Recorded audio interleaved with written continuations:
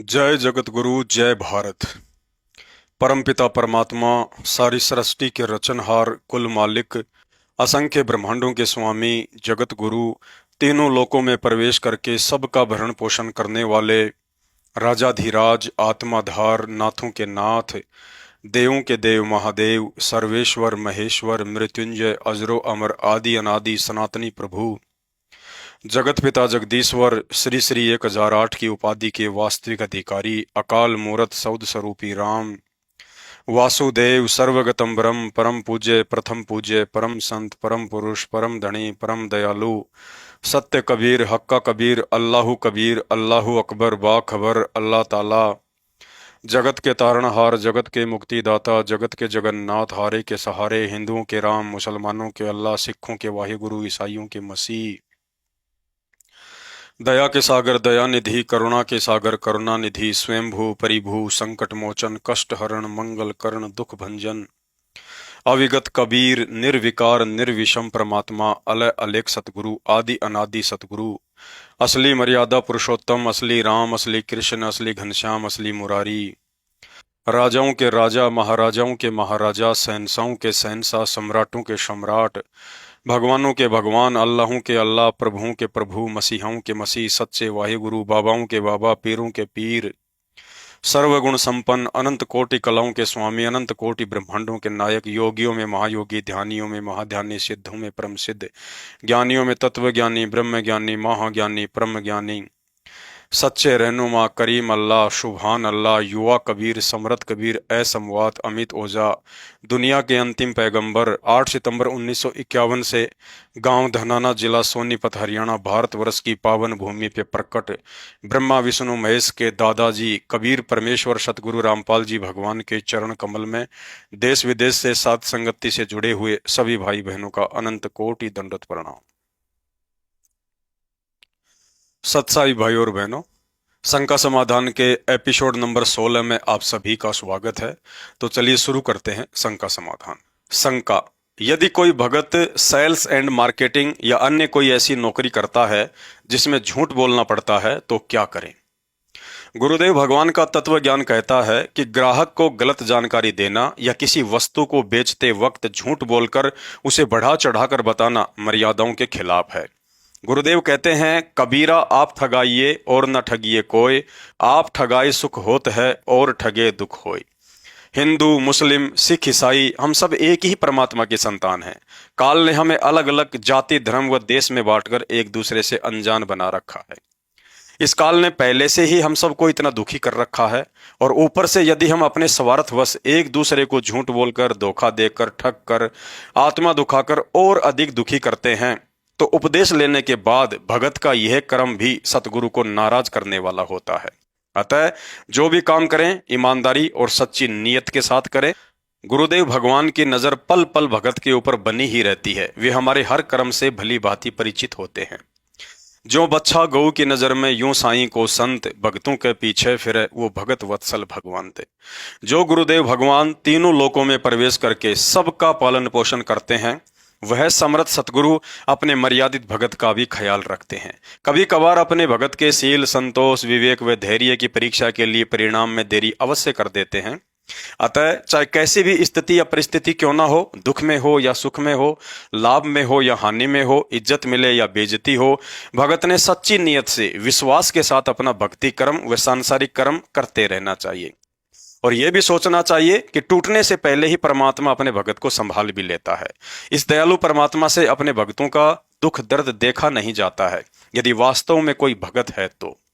इसलिए गुरुदेव भगवान कहते हैं, कल पे कारण कौन है, तू कर सेवा निष्काम, मन इच्छा फल देऊंगा जब पड़ेगा गुरु से काम। शंका: यदि पालतू पशु गाय, भैंस, बैल, बकरी आदि को चीचड़ लग जाएं या शरीर के किसी अंग में कीड़े पड़ जाएं तो क्या करें? परम पूज्य सतगुरु रामपाल जी भगवान ने एक शब्द में बताया कि धनी बिहूना पशु रहे, वो दर दर धक्के खावे, भूख प्यास और गर्मी सर्दी में कष्ट पर कष्ट उठावे। जब वो पशु धनी का हो जा, सब चिंता मिट जावे, बड़ भागी आवे गुरु की शरण में, वो जामन मरण मिटाता, हरि को गुरु विहीन नहीं भाता। पालतू पशु गाय, भैंस, बैल, बकरी, ऊंट आदि किसान के अधीन होते हैं। अतः सर्दी गर्मी धूप बरसात व बीमारी की हालत में उसकी चिंता और जिम्मेदारी भी किसान की ही होती है। यदि किसी कारणवश पशु को चीचड़ लग जाते हैं तो एक बर्तन में पानी डालकर हाथ से चीचड़ तोड़कर उन्हें पानी में डालकर कहीं दूर फेंक सकते हैं। ऐसा करने से चीचड़ भी नहीं मरेंगे और पशु को आराम भी मिलेगा। दूसरा, यदि पशु को कीड़े पड़ जाएं या बीमार हो जाता है तो उपदेशी किसान भगत भाई डॉक्टर से पशु का इलाज करवा सकते हैं। परमात्मा कहते हैं, जो अपने सु और के एक पीड़ पिछाड़।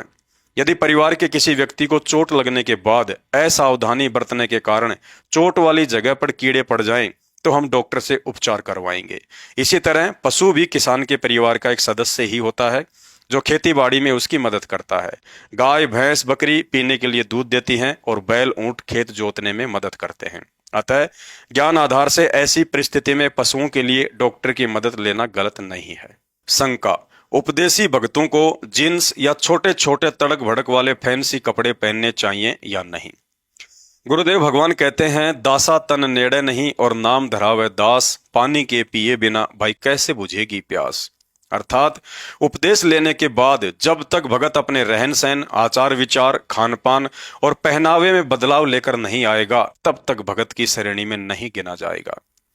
एक सत्संग में पूज्य गुरुदेव भगवान ने बताया कि बच्चों, जब तक दुनिया वाले तुम भक्तों के जीवन में आए बदलाव से प्रभावित होकर भक्ति मार्ग से नहीं जुड़ेंगे तब तक मुझे वो प्रसन्नता नहीं मिलेगी जो मिलनी चाहिए। अतः गुरुदेव भगवान के आदेशानुसार भगत भाई बहनों ने अपने पहनावे को लेकर बहुत ही मर्यादित रहना चाहिए।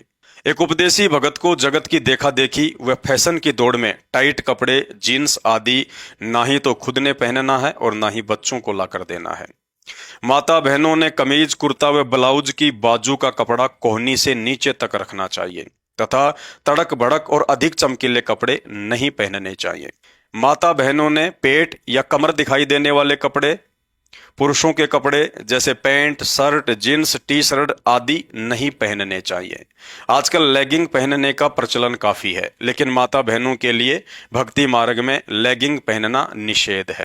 यदि उपदेशी माता बहनों की नासमझी के कारण छोटे छोटे टाइट व अभद्र कपड़े पहनने के चलते यदि किसी के मन में दोष या विकार उत्पन्न होता है तो उसमें वह माता बहन भी उतनी ही दोषी मानी जाती है और अंतर्यामी गुरुदेव भगवान भी नाराज होते हैं। घर पर रहें या सत्संग में जाएं, माता बहनों ने ढीले ढाले सभ्य कपड़े पहनकर ही जाना है और बच्चों को भी सभ्य कपड़े पहनाकर ही जाएं। यदि सत्संगी भाई बहन भी दुनिया की देखा देखी में ज्ञान से हटकर चलेंगे तो समाज सुधार की उम्मीद कैसे की जा सकती है। ठीक इसी तरह भगत भाइयों ने भी सत्संग समागम या रिश्तेदारी आदि जगह आते जाते समय tight jeans tight T shirt व अन्य असभ्य कपड़े पहनने से बचना चाहिए। शंका, घर में अगर चींटी या कॉकरोच हो जाए तो लक्ष्मण रेखा या अन्य कोई कीड़े मकोड़े मारने का स्प्रे या हिट का प्रयोग कर सकते हैं या नहीं। गुरुदेव भगवान कहते हैं, दर्दबंद दरवेश है बेदर्द कसाई। अर्थात जिसके दिल में दया भाव नहीं ऐसा व्यक्ति भगत होकर भी कसाई के समान है। अतः घर में कॉकरोच या कहीं से चींटियां आ जाती हैं तो उन्हें किसी भी तरीके से मारना उचित नहीं है। उन्हें वहां से नुकसान पहुंचाए बिना दूर भगाने का कोई अन्य सरल तरीका हो तो जरूर अपनाना चाहिए।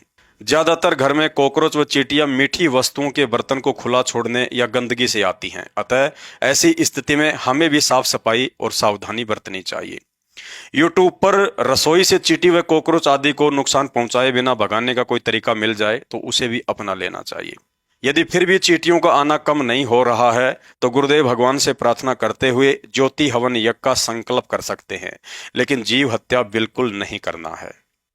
शंका, घर में पोंछा लगाते हैं, बाथरूम में फिनाइल तेजाब या हाइपर आदि डालते हैं, उसमें भी तो जीव मरते हैं, क्या भक्ति मार्ग में यह उचित है। गुरुदेव भगवान ने बताया कि 70 ब्राह्मण की है हत्या, जो चौका तुम देवो नित्या। अर्थात घर में फर्श पर माता बहनें जो चौका या पोछा मारती है उसमें भी जीव हत्या होती है और यहाँ का विधान है कि जैसा कर्म जीव करता है उसका फल अवश्य भोगना पड़ता है। अतः जीव हत्या तो पोछा लगाने से भी होती है, लेकिन गुरुदेव भगवान ने बताया कि कुछ जरूरी कर्म करने भी आवश्यक होते हैं। लेकिन उस कर्म को काटने के लिए आपको जो भक्ति मंत्र मिला है उसे मर्यादा में रहकर जाप करते रहने से परमात्मा उस कर्म के दोष को काट देते हैं। ठीक इसी तरह बाथरूम में साफ सफाई के लिए फिनाइल, हाइपर या तेजाब आदि डालना भी जरूरी है, अन्यथा हानिकारक बैक्टीरिया हमें बीमार बना देंगे तो भक्ति में बाधा बनेगी। लेकिन मर्यादा में रहकर सतनाम रूपी साबुन का प्रयोग करते रहने से हमारे कर्म रूपी कपड़ों को परमात्मा साफ करते रहते हैं। शंका, उपदेशी भाई बहन सिर में मेहंदी, कलर या डाई करवा सकते हैं या नहीं? गुरुदेव भगवान कहते हैं, गुरु वचन निश्चय कर माने, पूरे गुरु की सेवा ठाने, जिन बातों से गुरु दुख पावे उन बातों को दूर बहावे। बालों में मेहंदी लगाने के पीछे दो कारण हो सकते हैं। यदि उपदेशी भगत को सिर से संबंधित कोई बीमारी या गर्मी से सिर में परेशानी होती है तो डॉक्टर की सलाह पर मात्र उपचार की दृष्टि से बालों में या शरीर के किसी भी हिस्से पर मेहंदी लगा सकते हैं। यदि उपदेशी भगत भाई बहन अपने सफेद बालों को छिपाने के लिए या सुंदर दिखने की चाहत में बालों में मेहंदी, कलर या डाई करवाते हैं तो यह कर्म गुरुजी के नियम को तोड़कर विष खाने के समान है, और विष कोई मंदबुद्धि भगत ही खा सकता है, समझदार नहीं। अतः सुंदर दिखने या अपनी उम्र छुपाने के मकसद से बालों में कलर, डाई या मेहंदी लगाते हैं तो यह काल प्रेरणा से मान बढ़ाई का प्रतीक है। और गुरुदेव भगवान कहते हैं, मान बढ़ाई से हैं दूर, आजिज के हरि सदा हजूर। आधिनी के पास है पूर्ण ब्रह्म दयाल, मान बढ़ाई मारियो बेअदबी सिरकाल।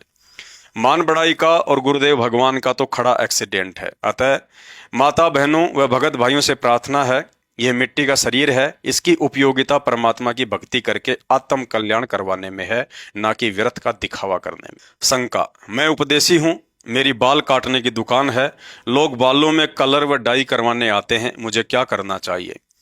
गुरुदेव भगवान कहते हैं, उपदेश लेने के बाद गुरु आदेश की अवहेलना करना और भक्ति विरुद्ध कार्यों में सहयोग करना दोनों ही भगत को दोषी बनाते हैं। अतः गुरुदेव का आदेश है कि भगत भाई बहनों ने बालों में कलर, डाई या मेहंदी नहीं लगानी है।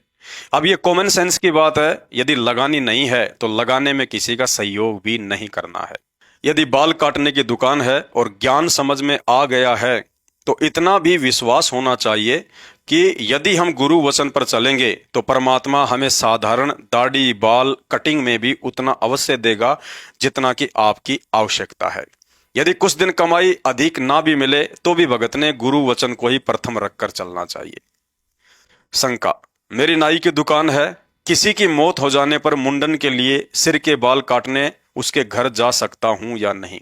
हजाम अर्थात नाई होने के कारण बाल काटना आपका सांसारिक कर्म है। यदि किसी की मौत हो जाती है और आपको घर पर या शमशान घाट पर बाल कटवाने के लिए बुलाया जाता है तो आपने स्पष्ट मना कर देना है। यदि आपकी दुकान पर आकर मुंडन करवाते हैं तो आप जी अपना सांसारिक कर्म जानकर उनका मुंडन या बाल काट सकते हैं। इसके अलावा शादी विवाह में दूल्हा या दुल्हन का मेकअप आदि ना ही तो दुकान पर करना है और ना ही किसी के घर पर जाकर। यदि कोई फेशियल करवाता है तो कर सकते हैं, क्योंकि फेशियल चेहरे की सफाई के अंतर्गत आता है। शंका, बच्चे का जन्म होने पर या ट्रेन में किन्नर लोग पैसे मांगते हैं या किसी त्योहार पर समाज के लोग चंदा आदि मांगने आ जाते हैं, उन्हें पैसा दे सकते हैं या नहीं? उपदेश लेने के बाद ट्रेन में या घर पर हिजड़े पैसे आदि मांगते हैं तो उन्हें प्रेम पूर्वक स्पष्ट मना कर देना है, चाहे वे कितना ही दबाव या अभद्रता क्यों ना दिखाएं। साथ ही मन ही मन में गुरुदेव भगवान से प्रार्थना करते हुए नाम का सुमरण जारी रखें। कुछ देर बाद अपने आप ही वहां से चले जाएंगे। यदि वे भोजन करना चाहें तो अवश्य करवाना चाहिए। शंका, किसी भी त्योहार या उत्सव जैसे गणेश चतुर्थी, होली, दिवाली या अन्य भक्ति विरुद्ध समारोह के नाम पर समाज या सोसाइटी के लोग चंदा मांगते हैं तो देना है या नहीं? यदि घर या दुकान पर कोई होली, दिवाली, गणपति विसर्जन या गौशाला आदि के लिए चंदा या पैसा मांगने या रसीद काटते हैं तो उन्हें अपनी भक्ति व मर्यादाओं के विषय में समझाते हुए प्रेम पूर्वक मना कर देना है। ऐसी स्थिति में आपको उन काल प्रेरित व्यक्तियों द्वारा अपमान भी सहन करना पड़ सकता है, लेकिन हर हाल में हाथ जोड़ते हुए अपनी मर्यादाओं को बनाए रखना है। 2022 में गणपति विसर्जन के समय गुजरात में एक भगत भाई की दुकान पर आसपास के कुछ लोग चंदा मांगने के लिए आए, लेकिन भगत जी ने आधीनी और प्रेम पूर्वक उन्हें मना कर दिया। अंत में चंदा मांगने वालों ने कहा कि मात्र 10 रुपए ही दे दीजिए, हमारी भी इज्जत रह जाएगी। लेकिन भगत भाई ने 10 पैसे देने से भी मना कर दिया तो चंदा मांगने वालों ने भगत भाई के शर्ट का कॉलर पकड़ लिया और मारने पर उतारू हो गए। फिर भी भगत भाई ने चंदा देना स्वीकार नहीं किया। अंत में उन लोगों ने दुकान मालिक पर दबाव बनाकर भगत भाई की दुकान खाली करवा दी। भगत भाई ने अपनी दुकान कहीं और किराए पर लेकर काम शुरू कर दिया। गुरुदेव भगवान कहते हैं, सिर साटे की भक्ति है और कछु नहीं बात, सिर के साटे पाइये अवगत अलख अनाथ। अर्थात उस भगत भाई ने अपना वर्षों से जमा जमाया बाल काटने के धंधे को एक पल में 10 रुपए के लिए ठोकर मार दी। ऐसी भगत आत्माओं के लिए ही परमात्मा कहते हैं, कामी क्रोधी लालची इनसे भक्ति न हो, भक्ति करे कोई सूरमा जाति वर्ण कुल खोई। ऐसी आत्माओं के लिए फिर परमात्मा भी कमी नहीं छोड़ता है। आज उस भाई का धंधा पहले से भी बहुत अच्छा चल रहा है और खुद का मकान भी खरीद लिया है। कहने का मतलब है, ज्ञान देकर गुरु अपने शिष्य की परीक्षा भी लेता है। उस दिन उस भगत भाई की परीक्षा थी। यदि फेल हो जाता तो ना घर का रहता और ना ही घाट का, लेकिन संघर्ष किया तो सतगुरु की दया का पात्र बना।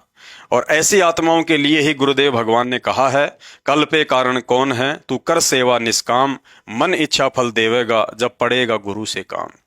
ऐसी पतिव्रता आत्माओं पर जब कभी कर्म की आंच आती है तो परमात्मा उनकी बलाएं अपने सिर ले लेता है और भगत को महसूस भी नहीं होता है कि कुछ हुआ भी था। शंका, क्या उपदेश लेने के बाद सामाजिक कार्यों के लिए चंदा दे सकते हैं?